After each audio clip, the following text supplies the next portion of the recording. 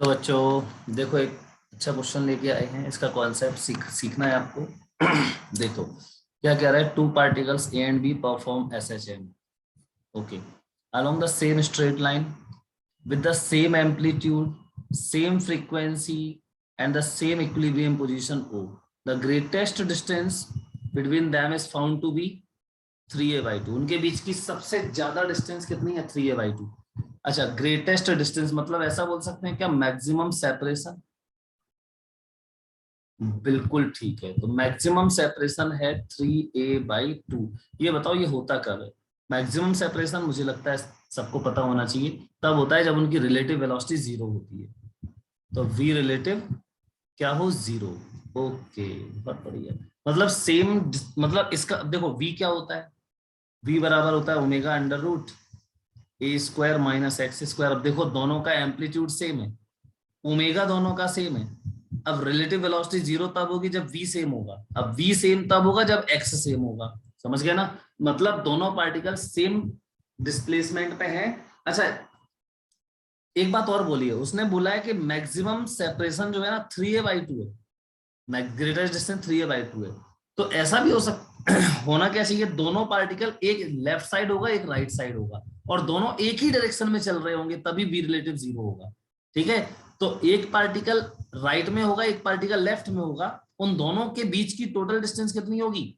3a/2। तो maximum separation 3a/2 है। देखो इसका डायग्राम से समझते हैं, अच्छा क्वेश्चन है ये।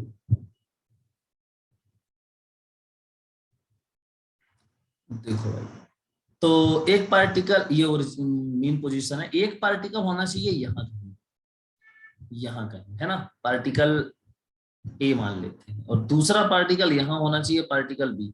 दोनों का देखो डिस्प्लेसमेंट यहाँ मीन पोजीशन से सेम है, बिल्कुल होना भी चाहिए, तभी इसकी वेलोसिटी सेम होगी। अब वो बोल क्या रहा है हमसे, ये टोटल डिस्टेंस जो है इनके बीच की मैक्सिमम सेपरेशन है, कितना है? 3a/2।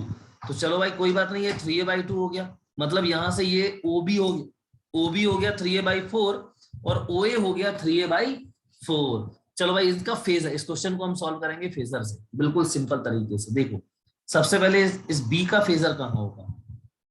यहाँ होगा। अच्छा मैं मान लेता हूं कि बी वाला कहाँ जा रहा है? इस तरफ जा रहा है। ए वाला भी इसी तरफ जाना ही पड़ेगा, तभी इनकी वेलोसिटी सेम है, वी और बी सेम होगा, क्योंकि एक्स और ये एक्स सेम है। तो इसका फेजर यहाँ होगा, और जा कहाँ रहा होगा? देखो ये यहाँ जा रहा है, तो इसका फेजर यहाँ जा रहा होगा। ठीक, ए वाला पार्टिकल यहाँ है, यह इस तरफ लेफ्ट में जा रहा है, तो इसका फेजर इस साइड जा रहा होगा। क्लियर है? तो ये पार्ट फेजर बना रहा हूं मैं, फेजर है ए डैश और ये बी डैश। अब फेजर, ये फेजर ए डैश है, इसका पूरा बनाना पड़ेगा ना फेजर, तो ये रेडियस, यही तो होता है फेजर, ये है फेजर। ओके, और ए का बी, सॉरी, ये ए डैश होगा और ये होगा बी डैश। तो बी का फेजर ये बी डैश से रिप्रेजेंट कर दिया, ए का फेजर ए डैश से लिख दिया है। ए डैश जो है इसका रेडियस कहाँ होगा, मतलब फेजर एक्चुअली में ये होगा। ठीक है, तो ये देखो दोनों फेजर हैं, दोनों फेजर्स के बीच का एंगल देखो कितना है, ये है क्या? अच्छा, ये दोनों डिस्टेंस सेम है, तो ये एंगल भी सेम होगा, तो ये थीटा और ये भी थीटा। अब देखो बेटा, ये डिस्टेंस है हमारी 3a/4, और ये डिस्टेंस है हमारी 3a/4, क्योंकि उसने बोला है ये टोटल कितना है 3a/2। कोई बात नहीं। अब जरा देखो, आप ऐसे समझ लो कि ये एक पेन है, ये पेन, पेन जिससे हम लिखते हैं, ये एक पेन हो गया, ये एक पेन हो गया। अब ये बताओ, ये दोनों पेन की एंगुलर वेलोसिटी सेम है कि नहीं? बिल्कुल सेम है, उसने बोला है देखो, सेम फ्रीक्वेंसी, अगर फ्रीक्वेंसी सेम है तो ओमेगा सेम होगा, एंगुलर फ्रीक्वेंसी सेम होगा। मतलब इन दोनों को यहां पकड़ के, दोनों फेजर को ऐसे देखो, ये यहां जा रहा है ये यहां जा रहा है, घुमा दो, लेकिन इनके बीच का एंगल चेंज नहीं होगा। क्यों नहीं होगा? क्योंकि जितना एंगुलर फ्रीक्वेंसी इसका है, मतलब जितनी एंगुलर वेलोसिटी से ये घूम रहा है, उतनी ही एंगुलर वेलोसिटी से ये घूम रहा है, सब कुछ सेम है, समझे ना? और फेजर का ओमेगा सेम है, तो सेम टाइम में सेम एंगल कवर करेगा, तो जितना एंगल से ये वाला फेजर आगे बढ़ेगा, ये रेडियस आगे बढ़ेगी, उतने ही एंगल से ये वाली रेडियस भी आगे बढ़ेगी। मतलब इनका ये बीच का 2 थीटा कांस्टेंट रहेगा। क्लियर है? अब देखते हैं आगे। तो थीटा निकाल लो पहले।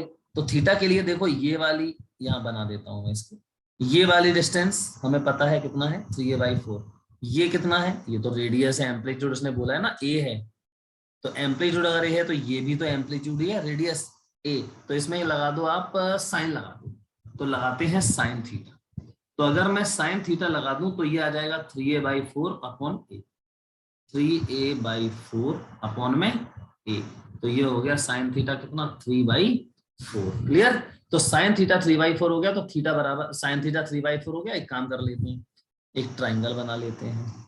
तो ये थीटा है, ये है 3, ये है 4, तो ये कितना आएगा रूट इसका स्क्वायर √7 आ जाएगा। ठीक है, तो इससे कॉस थीटा उसने जो भी चाहिए सब आ जाएंगे। अब जरा देखो इन्हीं दोनों को यहाँ ऐसे समझ लो, इसको जरा डार्क कर दे रहे हैं, इसको पकड़ के इनके बीच का एंगल पकड़ के कांस्टेंट करके घुमा दो, इन्हें ऐसे घुमा दो जैसे ये जिस सेंस में घूम रहे हैं। तो कह रहा है कि इनके बीच का मिनिमम, देखो क्या पूछ रहा है, after some time some instant at instant after some time they have same displacement, उनका सेम डिस्प्ले। यार मुझे लगता है कि जब ये दोनों ऊपर और नीचे आ जाएंगे तब पार्टिकल दोनों यहां मिलेंगे। ठीक है, और उनका पोजीशन यहां से मीन पोजीशन से डिस्प्लेसमेंट कैसा हो जाएगा, सेम हो जाएगा। ठीक है, तो मैं इसी को घुमा रहा हूं, अगले पेज में करता हूं इसको। ठीक, देखो भाई नेक्स्ट पेज पे इसका हम लोग डायग्राम देखते हैं। तो ये हो गया भाई सर्कल। अच्छा, फेजर जो था वो ये एक यहाँ पे था, दूसरा यहाँ पे था। मैं क्या बोल रहा हूँ, ये वाला फेजर घूम के यहाँ पहुंच जाएगा और यहाँ वाला फेजर घूम के यहाँ आ जाएगा, और जब ये एक दूसरे के जस्ट नीचे आएंगे तब पार्टिकल्स कहाँ होंगे। देखो ये वाला फेजर यहाँ जा रहा होगा और ये वाला फेजर यहाँ जा रहा होगा। ये कौन सा है एक्चुअली में भूल गया मैं, देख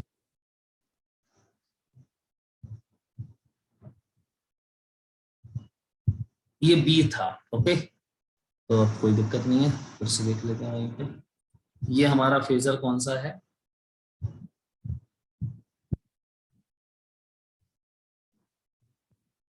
ये वाला फेजर। देखो ये वाला फेजर बी है, ये यहाँ घूम के आ गया, और ये वाला फेजर ए है, वही बी डैश और ए डैश यहाँ घूम के जा रहा है। देख रहे हो आप, इसके बी डैश के करस्पॉन्डिंग पार्टिकल जो है वो यहाँ होगा और जा कहाँ रहा होगा, यहाँ। एक्चुअली में जो पार्टिकल है बी वो यहाँ से जाके यहाँ आ चुका है, और ए वाला जो पार्टिकल है यहाँ से जाके यहाँ आके यहाँ जा रहा है। ठीक है, मतलब ये हुआ कि बी वाला पार्टिकल जो है वो इस तरफ कुछ मूविंग है और ए वाला पार्टिकल इस तरफ जा रहा है। ठीक, ये ए है और ये बी है, उनके करस्पॉन्डिंग फेजर देखो, ये जा रहे हैं ये जा रहे हैं। लेकिन अभी भी बेटा इनका जो फेजर पूरा बनाएंगे रेडियस, ये इनके बीच का अभी भी एंगल वही होगा, ये थीटा और ये थीटा। इसका रीजन क्या है बता चुका हूं मैं। ठीक, क्योंकि दोनों सेम एंगुलर वेलोसिटी से घूम रहे हैं तो थीटा थीटा इनके बीच का कांस्टेंट रहने वाला है।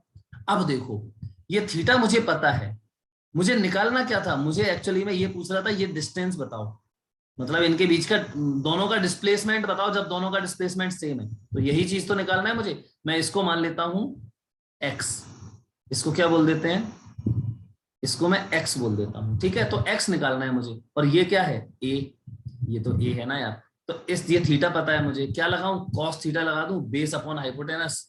तो देखो इसमें cos थीटा इक्वल बेस क्या है x which is to be found displacement of both the particles upon hypotenuse क्या है a, cos थीटा। ट्राइंगल क्या था अपना, ट्राइंगल देखो इसमें cos थीटा निकालो, cos थीटा आएगा बेस मतलब √7/4। ठीक है, तो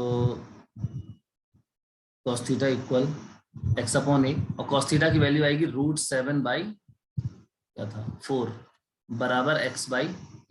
तो x की वैल्यू क्या आ गई, a √7/4। ये हमारा फाइनल आंसर है, a √7/4। आई होप आप लोग इस बात को समझे होंगे।